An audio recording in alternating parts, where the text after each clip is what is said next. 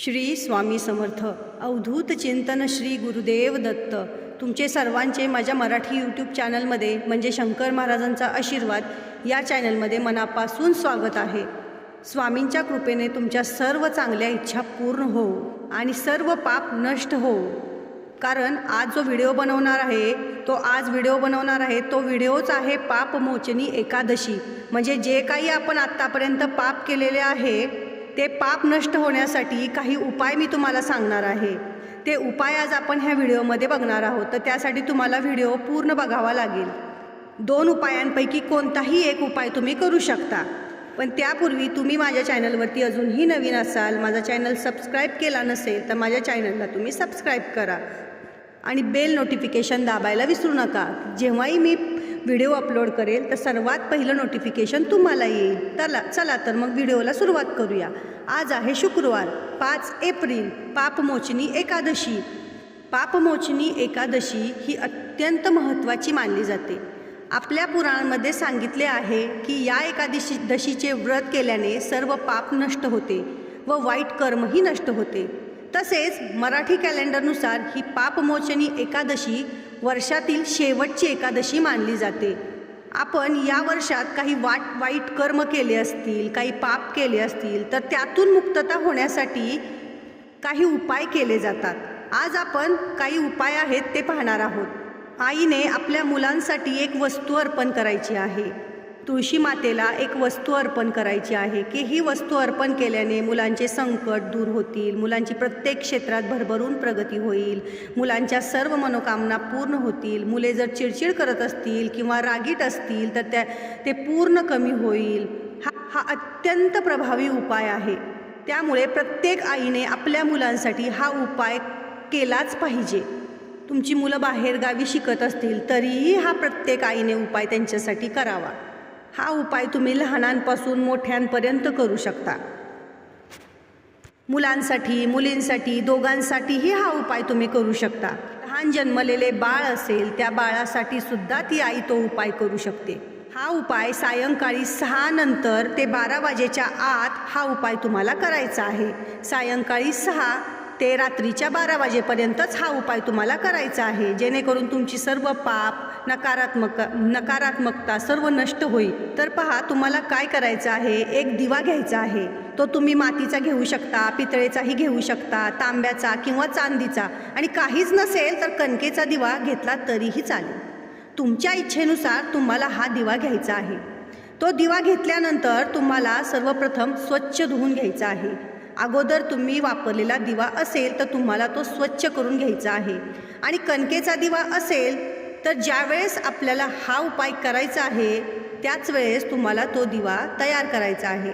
पण हा दिवा अगोदर वापरलेला नसावा, आणि जरी वापरलेला असेल तर तो स्वच्छ धुवून घेतला तरीही चालू शकतो।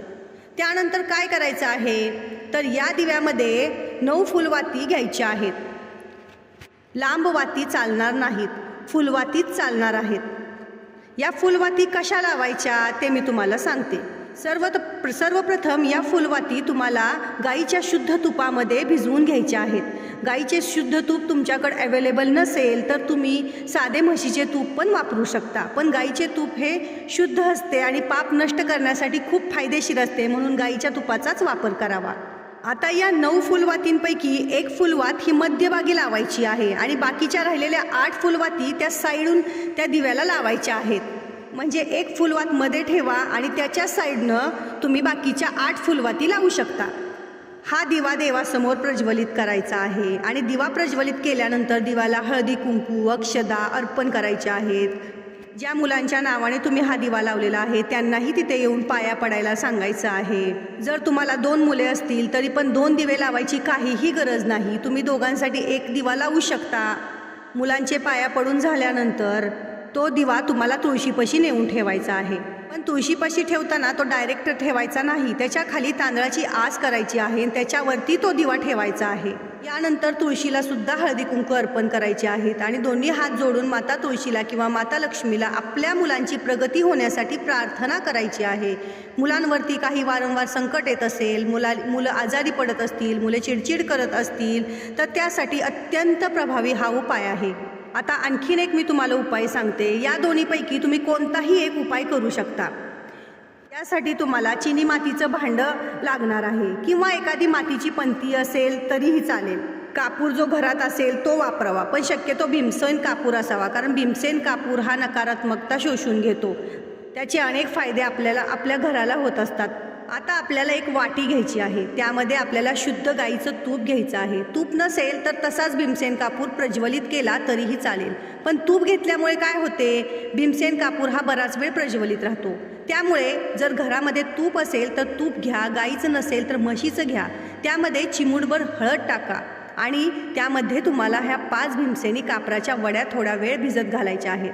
तर पहा, आपल्याला कापूरसोबत ज्या वस्तू जळायच्या आहेत त्यामध्ये सगळ्यात पहिली जी वस्तू आपल्याला लागणार आहे ती म्हणजे पिवळी मोहरी. पिवळी मोहरी आपल्याला कोणत्याही किराणा मालाच्या दुकानामध्ये मिळून जाईल. ही पिवळी मोहरी तुम्ही घरात आणूनच ठेवा, कारण की पिवळ्या मोहरीमध्ये नकारात्मकता शोषून घेण्याची खूप शक्ती असते आणि प्रत्येक उपायासाठी आपल्याला ही पिवळी मोहरी लागतच असते. त्यामुळे पिवळी मोहरी तुम्ही घरात आणून ठेवा.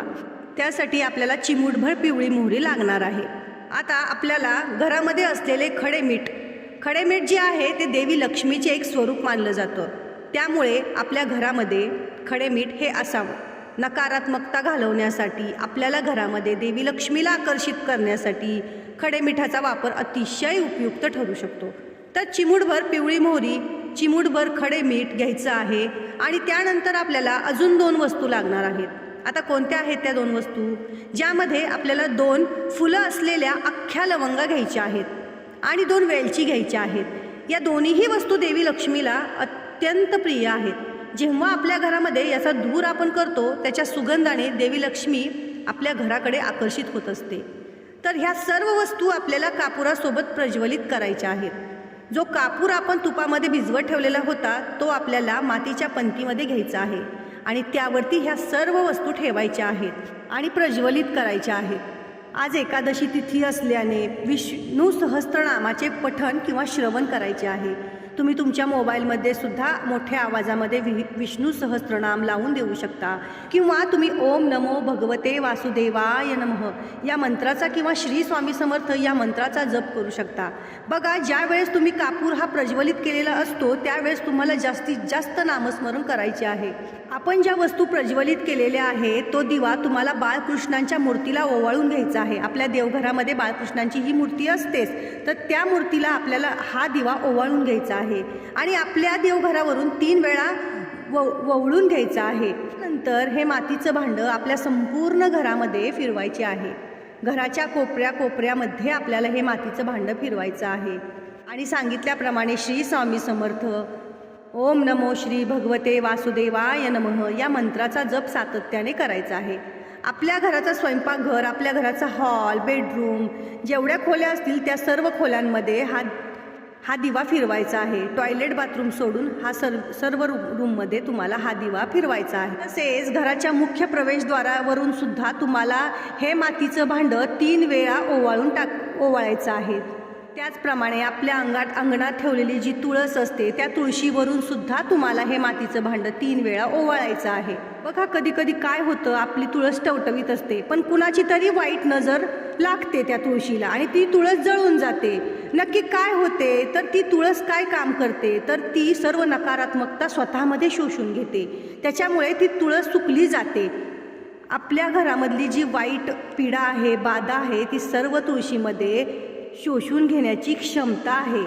म्हणजे थोडक्यात काय, तुळशी माता आपल्या कुटुंबाला सेफ आणि प्रोटेक्ट ठेवते. त्यामुळे तुळशीवरून देखील हा दिवा 3 वेळा ओवाळायचा आहे. हा उपाय करताना दरवाजे, खिडक्या सर्व उघड्या ठेवायच्या आहेत की जेणेकरून तुमच्या घरातली नकारात्मकता सर्व त्या बरोबर निघून जाईल. ते दोष असतील ते निघून जातील, घरामध्ये सुखसमृद्धी येईल, शांतता होईल. ज्या वेळेस या मातीच्या भांड्यामध्ये असलेला कापूर पूर्णपणे जळून शांत होईल त्यावेळेस त्याच्यामध्ये थोडे पाणी टाकायचे आहे आणि ते पाणी तुम्ही झाडाला कोणत्याही अर्पण करू शकता. फक्त एक लक्षात ठेवा, तुळशी मातीला ते अर्पण करायचे नाही. तर असे हे छोटेसे 2 उपाय आहेत, ते तुम्हाला सायंकाळी करायचे आहेत, जेणेकरून आपली सर्व पीडा, बाधा, अडचणी, पाप जे आत्तापर्यंत केलेले आहेत ते नष्ट होतील. म्हणून या एकादशीला पापमोचनी एकादशी अशी म्हणलेली आहे. तर तुम्हाला ही माझी माहिती कशी वाटली, हा छोटासा व्हिडिओ कसा वाटला हे मला कमेंटमध्ये नक्की सांगा. आणि माझ्या चॅनलवरती अजूनही तुम्ही नवीन असाल तर माझ्या चॅनलला सबस्क्राईब करा.